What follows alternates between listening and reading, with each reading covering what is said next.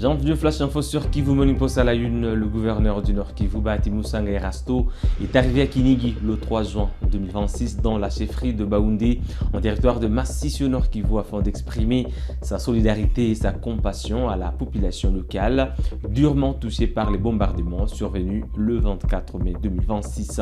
Au cours de cette visite, le gouverneur a rencontré les habitants affectés par cette tragédie, partageant leur douleur et leur apportant un message de réconfort. Reportage. Quelques jours après le bombardement aveugle par drone et attaque de la cité de Kinigi en territoire du Massissi par le FRDC Wazalendo FDLR, le gouverneur du Nord Kivu, soucieux de sa population, s'est rendu sur place pour évaluer le dégât humain et matériel et apporter réconfort aux familles des victimes. Sur place à Kinigi, où il est arrivé ce 3 juin 2026, il est 8 h du matin. Bahati Musanga Erasto, à la tête d'une forte délégation provinciale, visite le site où une dizaine de maisons d'habitation et boutiques ont été bombardées par des drones du régime de Kinshasa. Tout est devenu cendre, constate avec regret l'autorité provinciale. Nous sommes en plein centre commercial de Kinigi. Waliwarunguzia manyumba, iliumiza watu na iliua watu. Utafika kwenye drone zilipiga hapa kwa miti na kwa kanisa, unaona na ile nyumba pale unafasi kwenye walipika, unaona hapa waliunguza manyumba. Ndio shida ya government. Ile ni kawaida, hao wanaua watu kila siku, kwani hao haiko Mungu. Mungu ndio iko na nguvu zote za kusema mtu atakufa siku gani, au ni kuzungumza peke yake. Sur la colline surplombant le centre de Kinigi, c'est là que l'école secondaire, l'église et le centre portant le même nom n'ont pas été épargnés par les drones. C'était aux environs de 16 h. Plusieurs morts, des blessés graves, de bien des populations pillées par les FADC, les Wazalendo FDLR ont été enregistrés. Karengabo Fonda est le révérend pasteur de l'église de la CLC Kinigi et le préfet d'école Hategeka. Ces derniers n'ont pas manqué à exprimer leur émotion. Bref, ce qui leur est arrivé. Yenye ilipitikana hapa, jo drone ikakuja, ikaharibisha kanisa na masomo, hata na mashamba ya miti, yote ikaharibika, na tulishangaa verema kushambulia masomo na kanisa. Ile ni sikitiko kwetu, kwa sababu masomo haihusike na mambo ya politike na igriza haihusike na mambo ya politike. Hatuseme kama tuko wa protesie na hii masomo yiko ya Kristo, lakini mambo yote hapa imeharibika. Wenye walitupa drone hapa, drone za government ya Kongo. Vitu yenye iliharibika ni mingi sana na wengine walipata majeraha. Sisi wakaji tunasikitika. Tunajua Kongo iko government sawa nchi zingine. Nchi zingine zinashughulika na raia na zinachinga raia wake. Lakini sisi tunasikitika kwa sababu government hajishughulikie. Wazalendo wamekuja pamoja na jeshi la FARDC na wamekuja kushambulia jeshi la M23, na madhara ni kwamba wamepiga masasi hata na mabomu, zimeshambulia masomo yetu, manjanja imetoboka na mamide ya maklasi zimepata masasi, na hata maji ambayo ilikuwa ikisaidia kwa toilette za wanafunzi nayo imeharibika. Hii ilipatikana ilikuwa siku gani na ilikuwa saa ngapi? Wanafunzi walikuwa wapi? Vita imeanza siku ya 3 ya juma jana, na kila mara wakati ilikuwa ni usiku, wazalendo walikuwa wakija kupigana na jeshi la M23 ambalo lilikuwa likilinda usalama, na wamefanya siku 4 ama 5, na wakikuja kushambulia eneo, wazalendo wamekuja kushambulia eneo na ishamisha kwanza kazi za masomo, na hivyo watoto tumewarudisha, na tangia vita ianze watoto walikuwa hawasome. Kwa nini hivi hamsome? Tulikuwa hatusome sababu ilikuwa ni vita, hatuwezi soma ndani ya vita. Ujumbe ambayo tunaweza kuwa nayo ni kwamba vita ni kitu mubaya, ni kwamba wazalendo na gouvernement ya Kinshasa wangejikaza waache vita, kwani vita inaleta madhara mingi, na wakati ndani ya vita hakuna development. Na nikusema kwa leo mashule hayaanza ama hamuyafungula milango ya masomo. Leo njo viongozi wametuambia kusema tupime tuitishe watoto kupitia wazazi, na leo njo siku yetu ya kwanza ya kurudia shule. Ile ni shida ambayo ni shida mama kabambi sana, na nitaprofite presence yenu kusema mtu semee kwa ngazi za yulu paske sie hatuwezi kuwa amezida kurepare ile maji. Nikusema hao wazalendo na FARDC walifanya siku ngapi hapa ama saa ngapi? Walibaki ama waliishi katika shule hili? Walifika hapa? Walikuwa wakija katika saa za usiku, wanapiga masasi, wanapiga mabombe, kisha wanarudia. Walikuwa wakibakia ngambo za Kavuta, Kasenyi, Makatobotobo, ilikuwa hiyo ni maeneo za kando kando ya masomo yetu. Na kwa leo wako wapi sasa? Kwa leo jeshi la kina nguvu limekuja limapiga marufuku, wamekusharudia kwenye walikuwa wametoka ndani ya mashamba. Hii manguo ni wanafunzi? Hapana, hii ni manguo, ni uchafu ambayo wameachilia hapa wakati walikuwa wakija kupigana. Au centre de santé de Kinigi où nous arrivons sur la même colline, des traces de tir sont visibles. Ici, 2 blessés graves, une fillette de 13 ans et un habitant témoignent avoir reçu des coups de machette lorsque le Wazalendo venait de piller un porc et leur téléphone. Et notre camp frappant, une femme enceinte de son état avait été poignardée au ventre par les Wazalendo avant d'être jetée dans une toilette. Nous sommes à Kinigi. C'est après 2 jours qu'elle fut sauvée. Son bébé, qui venait de naître, fut aussi tué. Fut tué plus tard par ce même Wazalendo FDLR, a-t-elle témoigné sur son lit de malade. À Butembo, les organisateurs de la journée Ville Morte saluent la forte mobilisation de la population. Ils demandent au pouvoir de renoncer au projet de modification de la Constitution et estiment que la priorité doit rester la guerre et l'insécurité dans l'est de la RDC. Nous le disons, depuis hier, nous étions dans la mobilisation pour appeler la population de la ville de Butembo à observer une journée ville morte pour dire non au changement de la Constitution. Aujourd'hui, nous remercions la population qui a observé la journée ville morte. C'est un signe qui démontre clairement que la population de la ville de Butembo, au-delà des manipulations de certains politiciens à perte de vitesse, que la population n'est pas d'accord. Les gens sont venus ici avec des messages en disant que la population de Butembo était en train de soutenir le changement de la Constitution. Pourtant, ce n'est pas la priorité que nous avons besoin. Il y a le massacre ici à côté à Beni qui vient de durer beaucoup d'années. On n'a jamais vu le président de la République, son gouvernement et tous ces députés-là se mobiliser pour que solution soit trouvée d'une manière rapide. Mais aujourd'hui, ils nous viennent avec des messages au changement de la Constitution. Nous avons parcouru cette Constitution du début jusqu'à la fin. On n'a vu aucun article, s'il vous plaît, qui empêche à M. Félix Tshisekedi de sécuriser cette population. La population dit non au changement de la Constitution. Il veut que ce gouvernement se mobilise pour libérer Goma, pour libérer Bukavu, pour arrêter le massacre des ADF qui fait autant de morts. Aujourd'hui même le matin, on a tué les gens. Vous pouvez parcourir les chaînes ou les pages du gouvernement, de la présidence, de tous les députés. Il n'y a personne qui a écrit même un message de condoléances pour nos compatriotes sortis.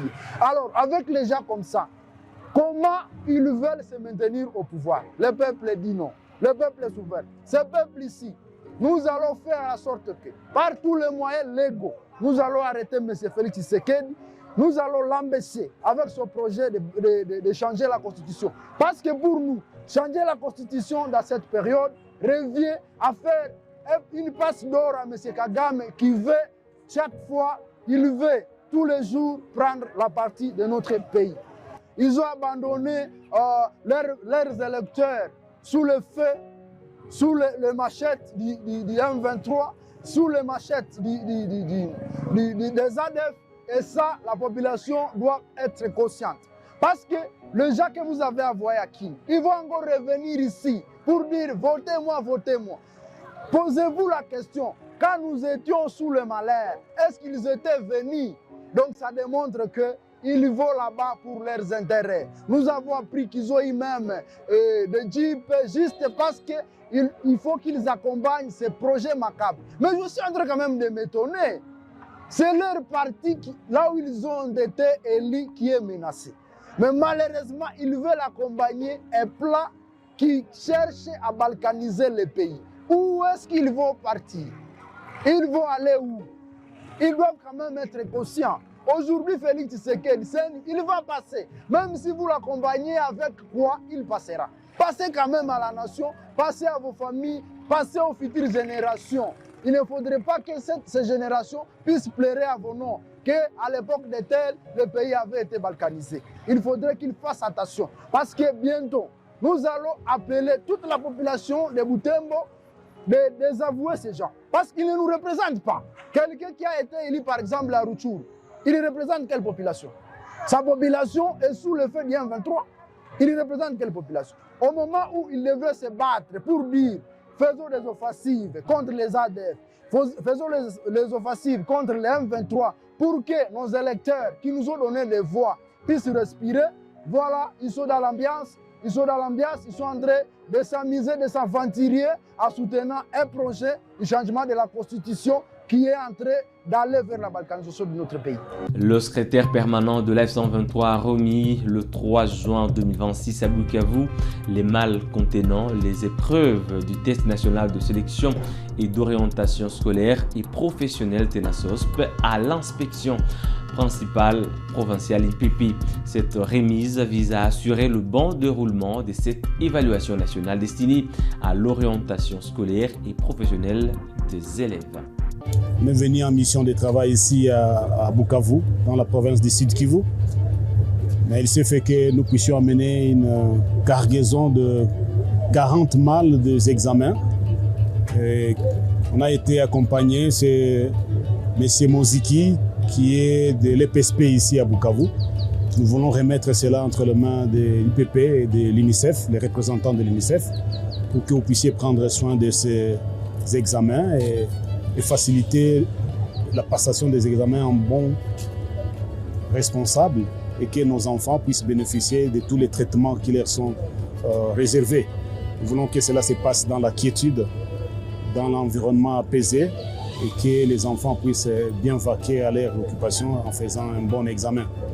Et sur tout l'espace que nous administrons, nous prenons soin de convoyer en toute sécurité, mais c'est là sous responsabilité des personnels, des professionnels de l'éducation qui convoient les examens scellés et on sécurise pour que ça arrive sans encombre à destination.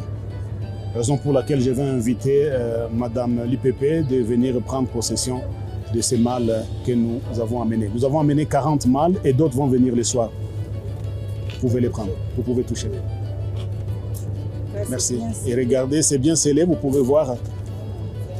De l'occasion pour remercier les autorités du mouvement qui se sont donné la peine de se déplacer pour nous amener les malles d'examen d'État en toute sécurité pour le bien-être de nos enfants congolais. Encore une fois, merci, chères autorités, merci beaucoup de prendre soin de convoyer les malles d'examen de ENAFEP et TENASOSP pour les enfants de 6e primaire et 8e du secondaire. Merci beaucoup. Puis le président Félix Tshisekedi a nommé de nouveaux dirigeants à la tête de plusieurs établissements publics et autorités de régulation. Parmi les principales nominations, Barnabé Mwakadi prend la direction de la DGI, Olivier Tiboula Mukuma, seul de l'OGFREM, et Loholola Pierre, seul de l'OCC. Alain Kaninda est nommé à l'ARCA, tandis que Belécha Ited prend la tête de l'ARCP. Par ailleurs, le chanteur Fally Ipupa a été élevé au rang de chevalier de l'Ordre national du Léopard et décoré de la médaille d'or du mérite des arts, sciences et lettres. Ordonnance numéro 26/054 du 2 juin 2026 important admission dans l'Ordre national du Léopard d'un artiste musicien. Le président de la République, vu la Constitution telle que modifiée par la loi numéro 11/002 du 20 janvier 2011, portant révision de certains articles de la Constitution de la République démocratique du Congo du 18 février 2006, spécialement ces articles 79, 84 et 221, considérant les mérites de l'intéressé, illustrés par les éminents services rendus à la nation dans le domaine artistique, où il s'est distingué à travers une œuvre musicale originale portée par un style et un rythme unique ayant contribué au rayonnement de la rumba congolaise et à la diffusion de la culture congolaise auprès du public international. Soucieux de récompenser le sens élevé d'abnégation, de détermination et le parcours exceptionnel de ce digne fils du pays, désormais consacré parmi les plus grandes icônes de la musique africaine, lequel, par sa persévérance et son travail, a inscrit une nouvelle page de l'histoire de la musique congolaise et africaine, en devenant le premier artiste africain francophone à se produire en solo au Stade de France à l'occasion du double concert événement organisé les 2 et 3 mai 2026 pour célébrer ses 20 ans de carrière. Vu la nécessité, sur proposition du chancelier des ordres nationaux, ordonne. Article 1er. Est admis dans l'ordre national du Léopard au grade de chevalier, messieurs Ipupa Nsimba Fali, artiste musicien. Article 2. Le chancelier des ordres nationaux est chargé de l'exécution de la présente ordonnance qui entre en vigueur à la date de sa signature. Fait à Kinshasa le 2 juin 2026, Félix-Antoine Tshisekedi Tshilombo, pour copie certifiée conforme à l'original. Le 2 juin 2026, le cabinet du président de la République, Anthony Kézo Kamole, directeur de cabinet. Et pour terminer, ordonnance numéro 26/055 du 2 juin 2026, décernant la médaille du mérite des arts, sciences et lettres d'un artiste musicien. Vu le président de la République, vu la Constitution telle que modifiée par la loi numéro 11/002 du 20 janvier 2011 portant révision de certains articles de la Constitution de la République démocratique du Congo du 18 février 2006, spécialement ces articles 79, 84 et 221, vu la nécessité sur proposition du chancelier des ordres nationaux, ordonne. Article 1er. La médaille d'or des mérites des arts, sciences et lettres est décernée à l'artiste musicien, messieurs Ipupa Nsimba Fali. Article 2. Le chancelier des ordres nationaux est chargé de l'exécution. Madame, Messieurs, c'est tout pour le Flash Info ce jeudi 4 juin 2026 sur Kivu Sport. Merci à vous de l'avoir suivi bien à la fin. On se fixe un nouveau rendez-vous d'actualité.